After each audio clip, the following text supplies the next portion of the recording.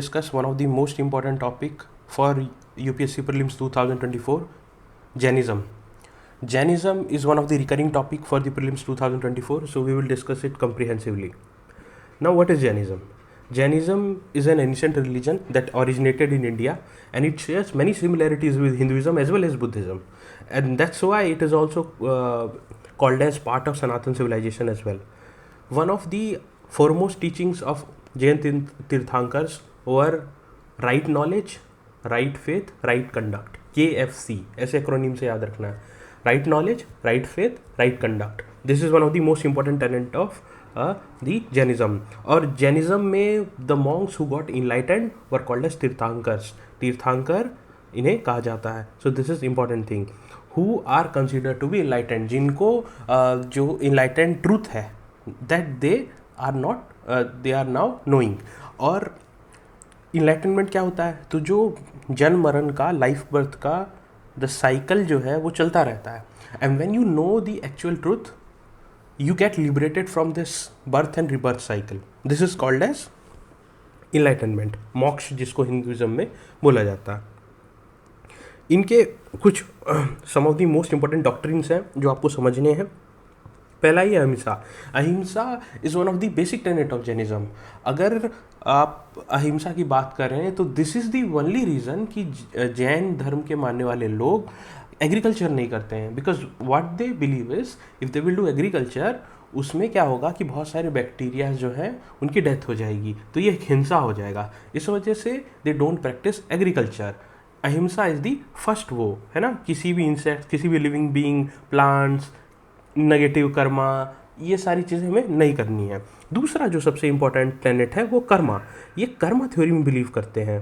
वो मानते हैं जैनिज्म कि whatever action you are doing, all actions have consequences, और इसके कंसिक्वेंसेस ही डिसाइड करते हैं, आपके एक्शन ही, कि आपका रिबर्थ कैसा होगा, आपका जन्म अगला कैसा होगा, आप गरीब हो गए, अमीर हो गए, आप किस स्पीसीज में पैदा लोगे, आपकी फेट कैसा होगा, लक कैसा होगा, everything will be decided by the Karma.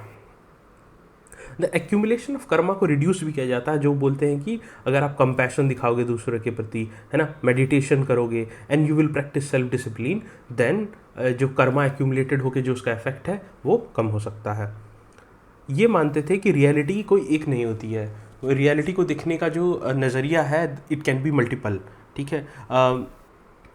वो भी बोलते थे कि एक रियलिटी के लेवल भी बहुत मल्टीपल लेवल्स होती है. किसी चीज़ को देखने का एक फिजिकल सिग्निफिकेंस है, कोई भी वस्तु है उसकी एक फिजिकल सिग्निफिकेंस है, या कोई भी आपके सामने कोई व्यक्ति चल के आ रहा है, any human is coming in front of you, उसका एक तो फिजिकल सिग्निफिकेंस, वो लंबा है, चौड़ा है, छोटा है ना, जो भी है. ठीक.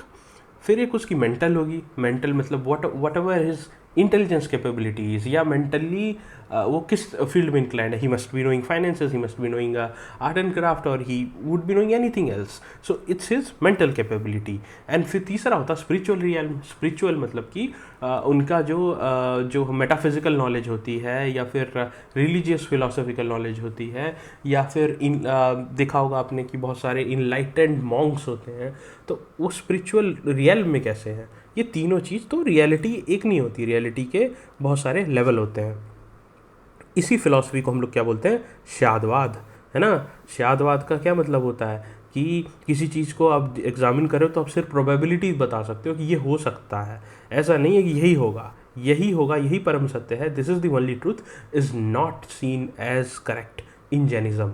ठीक है. चीज़ों की मल्टीपल रियलिटी होती है. शादवाद फिलॉसफी याद रखना आप, है ना. हम सिर्फ प्रोबेबिलिस्टिक स्टेटमेंट बता सकते हैं, ये हो सकता है. Anekantavada, again very very important philosophy of Jainism. ये डॉक्ट्राइन क्या बोलता है कि नॉन एब्सोल्यूटिज्म, कोई चीज़ यही है, एब्सोल्यूट ट्रूथ, यही truth, only truth, this is the only scripture. ऐसे करोगे तभी, if you won't believe in this you will go to hell. All these things are not believed in Jainism. One-sidedness नहीं है. There is always scope for changes. There is always scope for deliberations. That's why it is considered as one of the काफ़ी forward-looking philosophy मानी जाती है अनेकांतवाद, जो teach करता है कि रियलिटी कॉम्प्लेक्स है, मल्टीफेस है, तो सिंगल पर्सपेक्टिव हो ही नहीं सकता, है ना. So Anekantavada is again a very important philosophy. Asceticism मतलब they used to live extreme austerity की लाइफ। मतलब बुद्धिज़्म में क्या होता है, बुद्धिज़्म बिलीव करता है मध्यम मार्ग, कि ऐसा नहीं है कि एकदम सब कुछ आपने वस्त्र भी सब चीज़ों का त्याग कर दिया, भोजन भी आप एकदम सरल कर रहे हो, है ना। आप देखोगे तो जैनिज़्म में नॉनवेज तो बहुत दूर की बात है, प्याज लहसुन भी नहीं खाते, है ना। तो एक्सट्रीम ऑस्टेरिटी जो है उसको प्रैक्टिस किया जाता है इसमें, है ना। फिर 5 वोज होते हैं। 5 वोज क्या होते हैं, जो अब हमने पहले डिस्कस किया, अहिंसा। अहिंसा का मतलब है कि हम किसी पे भी वायलेंस नहीं करेंगे, लिविंग चाहे नॉन लिविंग बींग्स कोई भी हो। Truthfulness, always we will say truth.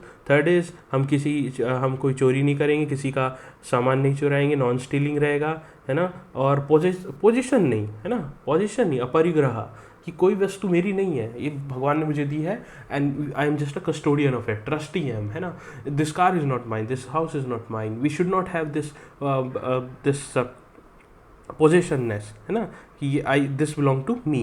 And this is something जो कि आज के टाइम में बहुत ज़्यादा है। इफ़ वी गेट कार, तो हमें ऐसा लगता है कार आ गया तो जिसके पास कार नहीं वो पागल। हमने कोई एग्ज़ाम निकाल लिया तो हम एग्ज़ाम बन गए हम भगवान, बाकी पागल, है ना। सो ऑल दिस आर क्या हो गया, ये हो गया पोजीशन की कैरेक्टरिस्टिक्स हो गई। और जो इन सब चीज़ से ऊपर उठता है वही एक इनलाइटेंड होके कुछ बेटर काम for the whole society and एक कंपैशन के साथ काम कर सकता है। उस पर फिर सेलिबेसी एंड चेस्टिटी, ये महावीर जैन ने इंक्लूड किया था। इसका मतलब था कि विवाह भी ना करना एंड पूरा एकदम आप जो है ब्रह्मचर्य का पालन करो। This is also the 5th वो। ये क्यों बोला जाता है, इससे ये माना जाता है कि नेगेटिव कर्मा जो है, नेगेटिव कर्मा आपके जो एक्यूमुलेट हो रहे हैं वो कम होते हैं, और स्पिरिचुअल प्रोग्रेस, आप इनलाइटनमेंट की तरफ निकल रहे हो, ठीक है। उसके बाद अगर हम देखें तो न्यायवाद भी है, ये उतना ज़्यादा इंपॉर्टेंट नहीं है, और अजननावाद भी है, ठीक है। लेकिन ये सारे बहुत इंपॉर्टेंट हैं और इनको आप मेंस में भी यूज़ कर सकते हो। दिगंबर और श्वेतांबर, इसके 2 सेक्ट बन गए। आगे आगे क्या हुआ ना, 2 पार्ट में तब्दील हो गया। दीज बिकेम ये 2 पार्ट में डिफ्रेंशिएट होने का एक रीज़न था कि व्हाट हैपन्स इज मुगल जो अपना मौर्य साम्राज्य होता है वहाँ मगध में अकाल पड़ जाता है। अकाल जब पड़ जाता है तो भोजन भी, वस्तुएं भी, कुछ भी नहीं होता है। तो एक धारा होता है वो बोलता है कि we will go toward south, है ना, कर्नाटक की तरफ निकल जाता है, एक वहीं रह जाता है ना। यहीं से क्या होता है कि जो चला गया, जो रह गया, उनमें एक डिफ्रेंशिएशन क्रिएट होता है। और जो दोनों भाग होते हैं ना, वो दोनों अलग अलग जो मॉन्क होते हैं उनके द्वारा लीड किए जाते हैं। एक भद्रबाहु के द्वारा लीड किया जाता है, एक स्थूल बाहु की द्वारा लीड किया जाता है। उसी में एक दिगंबर बन जाता है, एक श्वेतांबर बन जाता है। तो दिगंबर क्या फिलॉसफी है, देखिए दिगंबर मानते हैं कि एक तो कंप्लीट न्यूडिटी होती है ना। श्वेतांबर में यू विल सी जो जैन मंक्स हैं they are wearing white clothes, ठीक है। और दिगंबर से अगर फीमेल मंक्स हैं तो वो अनस्टिच प्लेन वाइट साड़ीज़ पहन सकती हैं। Man Monks can be nude, है ना, completely without clothes, okay. Digambars पांचों के पांचों वो को फॉलो करते हैं, मतलब कि ब्रह्मचर्य भी, है ना, ठीक है। जो सबसे बड़ा डिफरेंस है, the stark difference is that Digambars believe that women can not achieve liberation. Liberation का मतलब क्या, अभी फिर से आ गया वो जो केवल ज्ञान होता है, the ultimate truth, path to liberation, women cannot not this दिस। तो ये कौन बोल रहा है, ये दिगंबर बोल रहा है। श्वेतांबर बोलते हैं नहीं कर सकती है अचीव, है ना, ठीक है। भद्रबाहु दिगंबर के एक्सपोनेंट थे और स्थूल बाहु किसके थे, श्वेतांबर के। इतना आप जान लो, इससे ज़्यादा जानने की जरूरत नहीं है, ठीक है। अब इसको मैं और डिवाइड करता हूँ। जैन धर्म में 2 सेक्ट सबसे पहले बने, श्वेतांबर, दिगंबर। अब श्वेतांबर में फिर और भाग बटे, एक मंदिर मार्गी हो गया, एक स्थानकवासी हो गया। स्थानकवासी आया है प्रीलिम्स पेपर में, शायद 2018 के प्रीलिम्स पेपर में स्थानकवासी आया है। स्थानकवासी फिर 2 भाग में डिवाइड हो गया, है ना। एक व्यास संप्रदाय हो गया, एक तेरापंथी हो गया। तेरापंथी याद रखना, तेरापंथी ये भी जैनिज्म का पार्ट है। ऐसा पूछ लेंगे कि तेरापंथी किस किस रिलीजन के सेक्ट में आता है, तो किस में आता है, जैनिज्म में आता है ना। मंदिर मार्गी फिर और बहुत सारे पार्ट्स में डिवाइड हो जाता है। तो मंदिर मांगी में खतारा, गछाछा, अंचल, गछाछा, ये गछाछा नाम देखना, ठीक है। अगर दिख गया तो समझ आना कि जैनिज्म का है, और उसमें भी मंदिर मार्गी का पार्ट है, ठीक है। और दिगंबर जो थे वो 2 भाग में बटे, एक था विस्पंथी, दूसरा था तेरापंथी। विस्पंथी, तेरापंथी, ठीक है। You should remember this. Literature अगर बात करूँ तो सबसे बड़ा जो उनका जो लिटरेचर है वो अगमाज है, कैनोनिकल लिटरेचर माना जाता है, मतलब मुख्य लिटरेचर यही है। यहीं से सिग्निफिकेंस, बेसिक चीज़ें, बेसिक फिलॉसफी, बेसिक डॉक्ट्रिन्स, सब चीज़ें अगम से ही निकली हैं। सबसे सेक्रेट बुक जैनिज्म का यही है। अर्धमगधी में लिखा जाता था, एक प्राकृत लैंग्वेज थी। आप देखिए दोनों में ये सिमिलरिटी है, बुद्धिज्म एंड जैनिज्म में। They both are initially not using Sanskrit, they are using the dialects, they are using the language of common people, उनकी भाषा में। क्यों? क्योंकि देखिए जैनिज्म की शुरुआत ही और बुद्धिज़्म की मैंने आपको बताया था कि बुद्धिज़्म की शुरुआत हुई थी मेन स्ट्रीम रिलीजन के खिलाफ। जो मेन स्ट्रीम रिलीजन की फ़िलासफ़ीज़ थी उनके खिलाफ वो हुए थे, क्योंकि उन्हें लग रहा था उनमें बहुत सारी चीज़ें ऑर्थोडॉक्सी हो गई थी। तो जो ब्राह्मणिज्म या और भी जो चीज़ें थी उनके खिलाफ ये खड़े हुए थे, श्रमण ट्रेडिशंस। ओके, तो वो संस्कृत एलीट लैंग्वेज यूज़ करते थे, ये इसको डेमोक्रेटाइज कर रहे थे कि आम आदमी भी समझ सके, आम आदमी भी जान सके।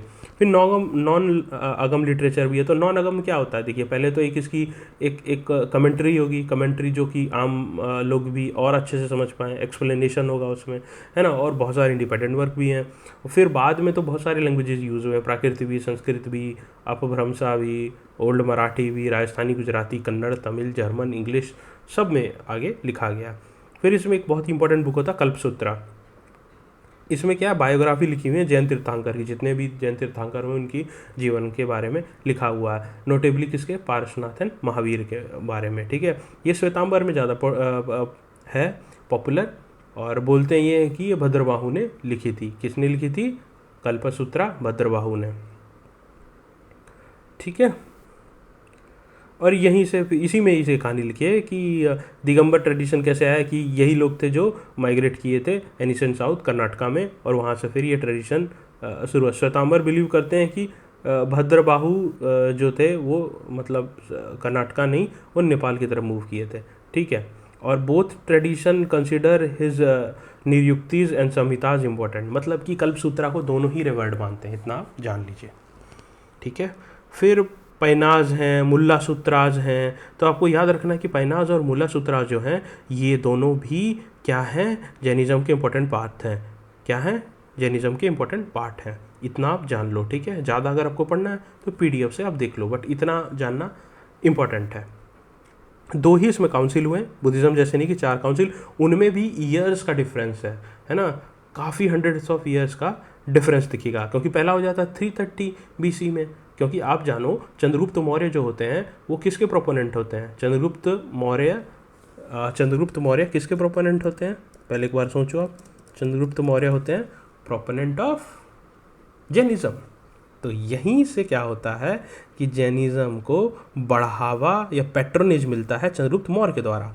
और बुद्धिज़्म को कौन बढ़ावा देता है? अशोका बढ़ावा देते हैं। और उनका चंद्रगुप्त मौर्य का जो पुत्र होता है बिंदुसार, वो किसको बढ़ावा देता है?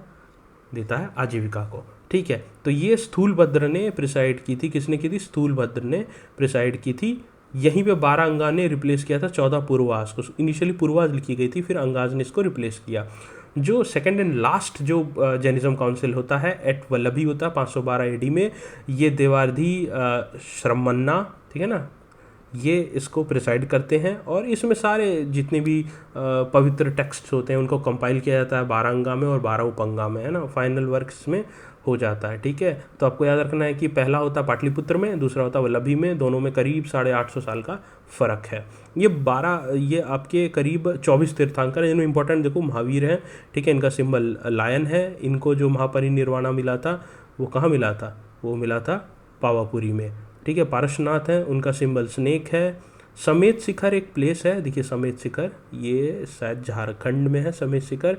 यहाँ पे आप देखिए कि कितने सारे तीर्थंकर्स को इस समेत शिखर पे ही जो है इनलाइटनमेंट की प्राप्ति हुई थी। और ये काफ़ी न्यूज़ में भी था, काफ़ी ज़्यादा कंट्रोवर्सी भी हो गई थी समेत शिखर को लेकर। कुछ ऑक्यूपेशन वगैरह चल रहा था तो उसके खिलाफ काफ़ी प्रोटेस्ट हुआ था। तो समेत शिखर आप जानिए। ठीक है, और जो पहले जो गुरु हैं ये उनका नाम याद रखिए कि लॉर्ड ऋषभ होते हैं। बुल सिंबल होता है अष्टपद।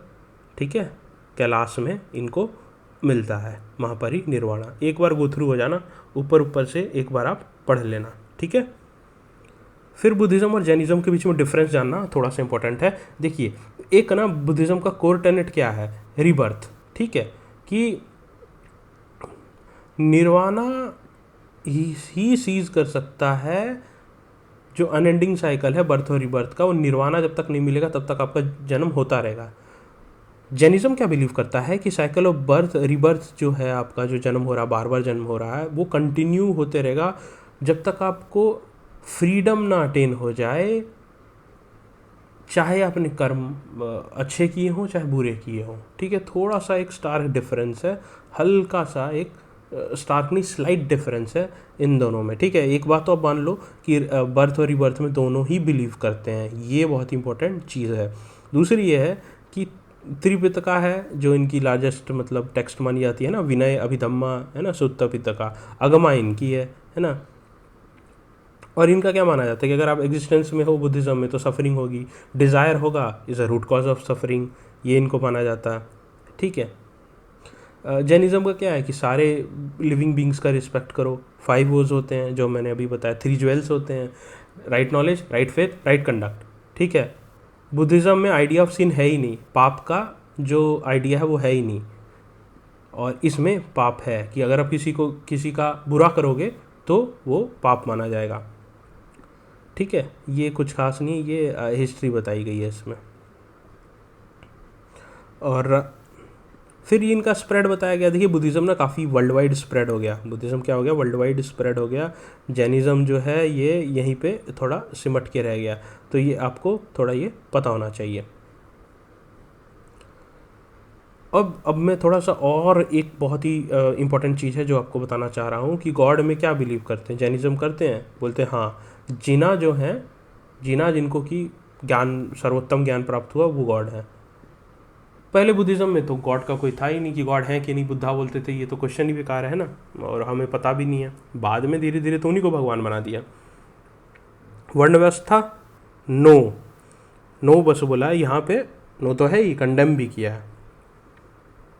आत्मा हाँ होती है, और यही आत्मा जो है रीइंकारनेट होती है एक से दूसरे जन्म में। नो इनका नहीं है, इनका कॉन्शियसनेस, बोलते हैं कि कॉन्शियसनेस जो होता है, जो आपके एक्ट का सम है ना, वो जाता है दूसरे बर्थ में।